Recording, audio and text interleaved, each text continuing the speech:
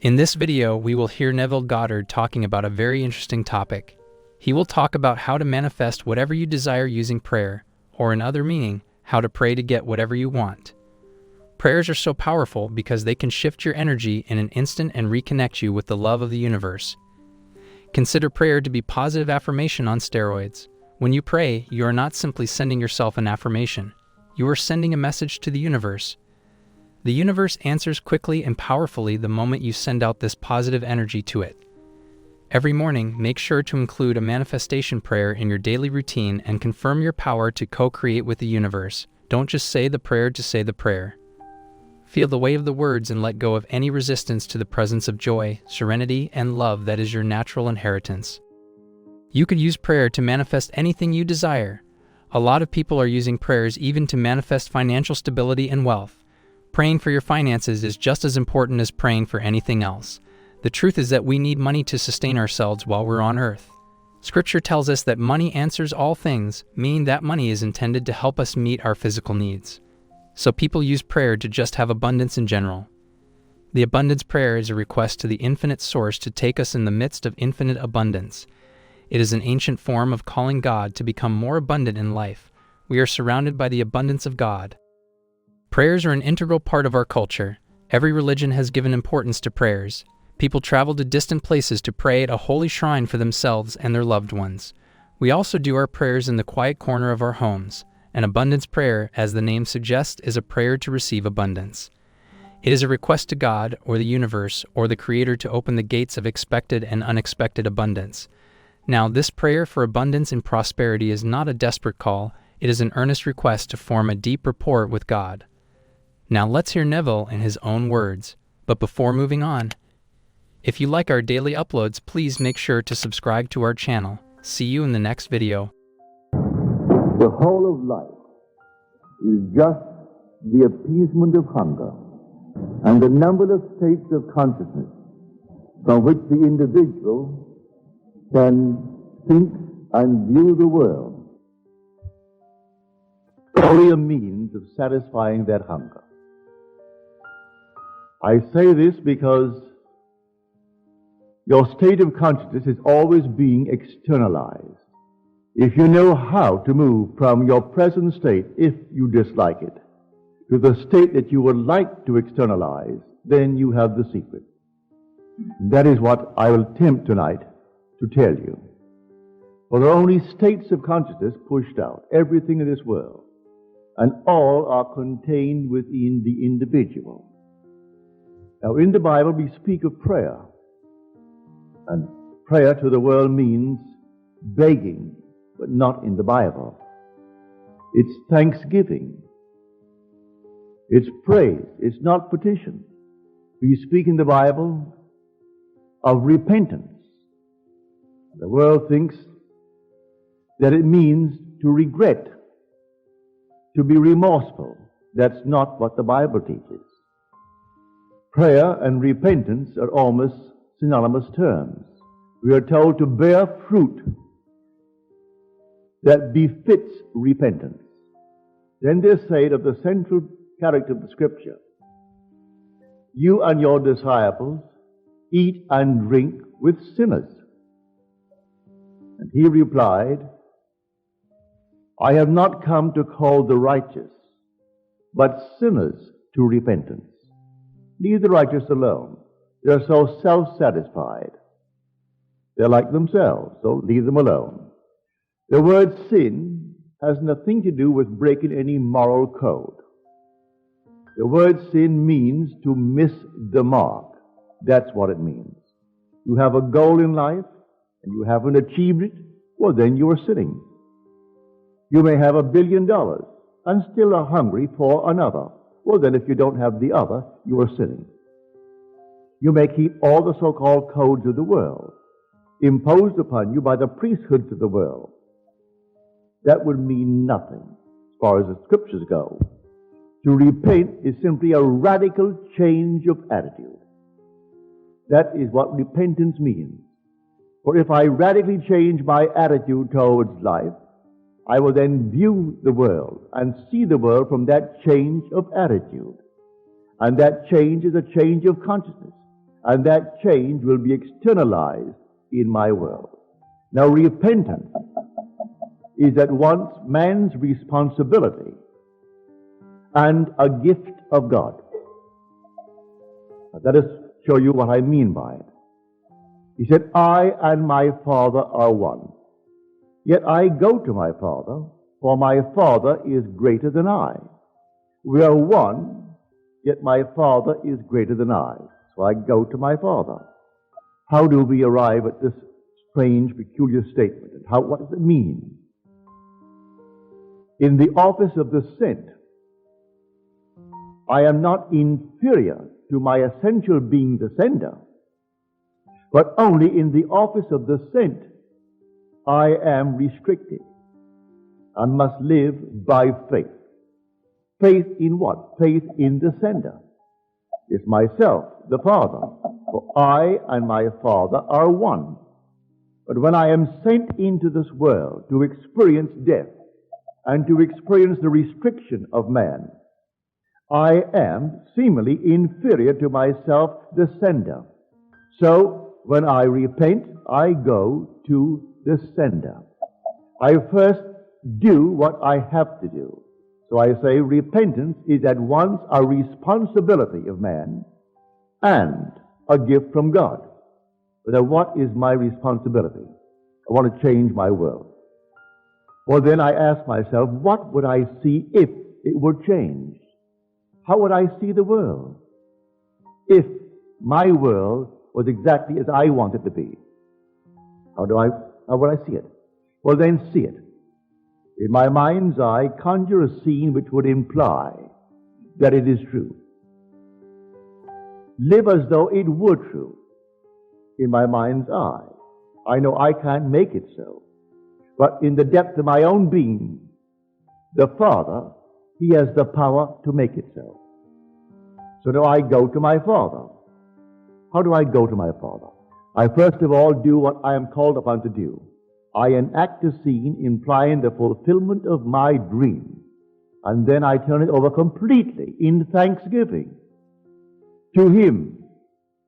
It is myself, my essential being, but it transcends my reasoning mind. I do not know on this level how it can be done, but I do know that if I have faith in Him, which is my own self, it will be done in my world. So we are told in Scripture, without faith it is impossible to please Him. And those who will draw near to Him must believe that He exists and that He rewards those who seek Him. I must believe that He exists and that He rewards those who seek Him. Well, without faith it is impossible to please Him. What is faith? The same chapter in Hebrews defines faith for us. Faith is the assurance of things not seen, the evidence of things hoped for. By faith we understand that the very worlds were created by the Word of God, so that what is seen was made out of things which do not appear. Well, in my world it hasn't yet appeared. I say it all is contained within my imagination. So I will enact the scene which would imply that it's real. And then, within myself, I give thanks. Now, we are told the most wonderful prayer ever uttered, you find in the book of John, the 11th chapter. He stands at the gate of death. And he raised his eyes and said, "Thank you, Father, that thou hast heard me. I knew that you always hear me." Well, I can't deny that the depth of my own being is hearing what I am doing, what I am inwardly saying. So I can truly say, "Father, thank you." He certainly heard what I said. Well, is it now supported by some statement of Scripture? Yes, again in John, but now in his letter, the first letter. And in this he said, if we believe that He hears us in whatever we ask of Him, we know that we have already obtained the request made of Him. if I can simply assume that I am the man that I would like to be. But certainly the depth of my own being has seen that assumption. He has heard that assumption. But now, can I actually believe that that's all I need do? Well, I have to confess that I can't do it on this level. I am not wise enough on this level to devise the means necessary to externalize what I have assumed that I am. Well, have you proved it, Neville? Unnumbered times. Unnumbered times. When I was completely shut out on certain areas, imprisoned as it were, not in the federal prisons, but a state of imprisonment, to find yourself on an island where you enjoyed 4 months of it, almost 5 months. But you have a commitment in America, and you've got to get back.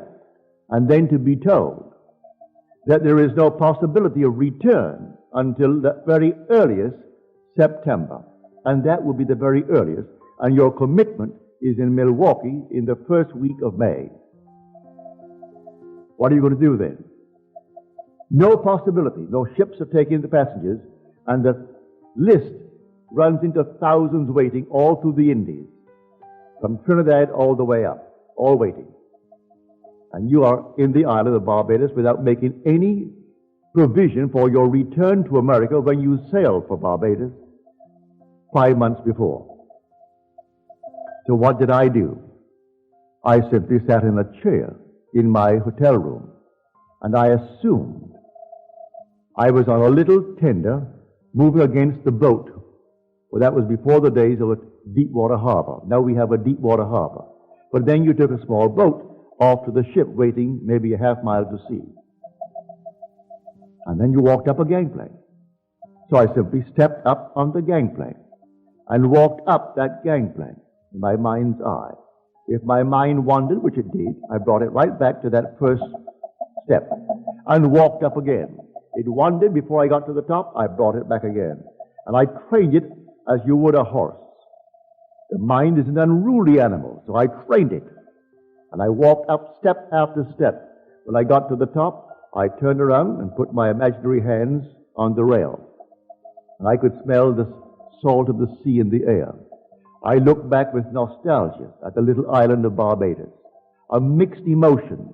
I am happy that I'm sailing for America, and sad that I'm leaving behind a very large, wonderful family of mine. And then, in that mood, I simply dropped off for a moment, in sleep, just a little nap. The next day, I was called by the very company who said that we have no possibility of getting you out of here before, at the very earliest, September, and said there was a cancellation this day in America.